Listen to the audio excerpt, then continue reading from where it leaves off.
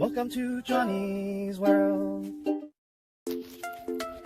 Hi, welcome back to Johnny's World. Today we are going to be transplanting this gem avocado to the ground right there. So basically we are in my backyard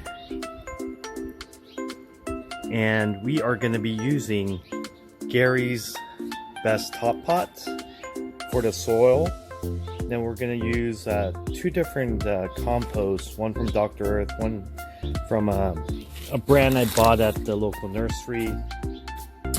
Then we're going to use the Micro Bark by Dr. Earth as well, and then some compost. So basically the soil I'm going to put right here, much easier to access because that's my room, that's my bedroom, so I could just come on outside and you know, take a look at the gem, and when it fruits I could always pick it.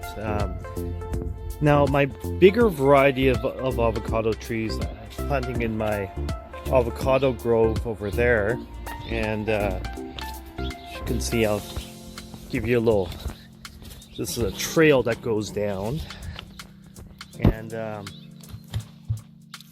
my avocado grove is right there, and as you can see it's kind of a hike to get down there. So for at least a gem avocado, since you know it's a semi-dwarf, gets about 15 feet, as you can see the soil is pretty fast draining, but it has a lot of rocks, so that's why I'm thinking about mounding this avocado tree. So I did dig the hole, and in a prior video when I was transplanting my avocado seedling, Frank actually recommended I water the hole before putting soil, and I think that's a really good idea, so that's what I'm going to be doing next. I'm going to be watering the hole before I put soil, and I have a lot of rocks under this soil, so I'm going to be putting, I digged it a little bit deeper than I said I would because I'm going to be putting a little bit more Gary's Best Top Pot soil underneath.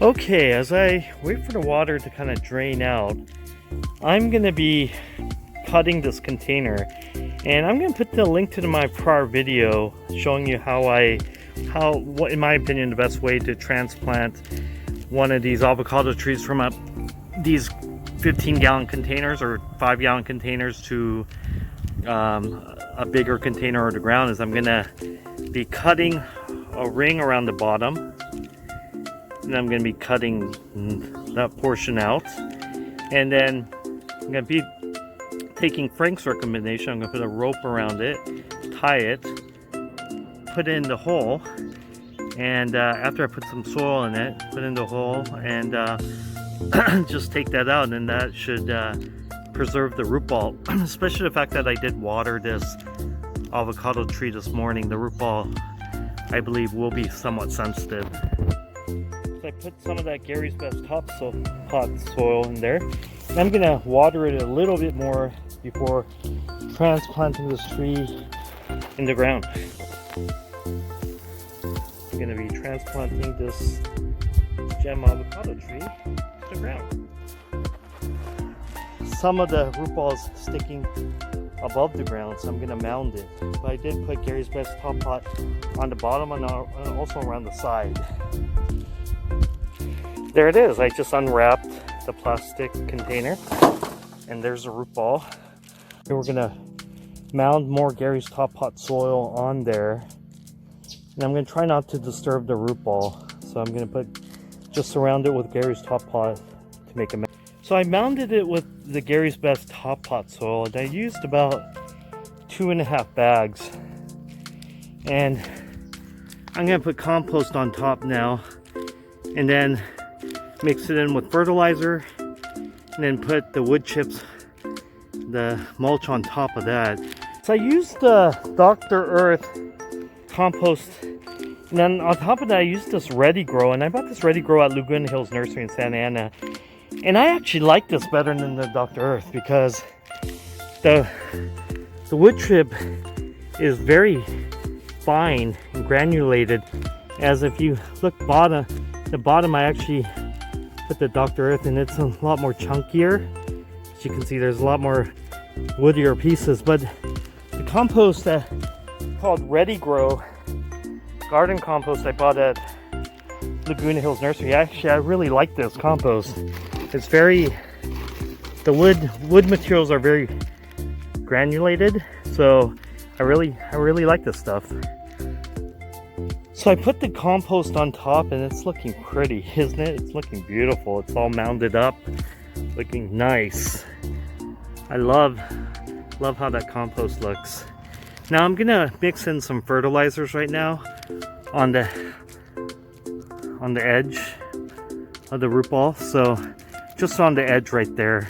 So the drip line, and then I'm gonna put mulch on top. So this is actually looking pretty good. It's mounded up pretty good.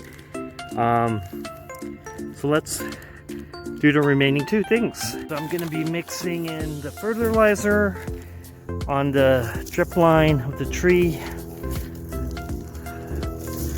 So it's gonna look good. Hopefully this gem is gonna thrive out here in the ground. I'm so excited. So I'm gonna just mix it in.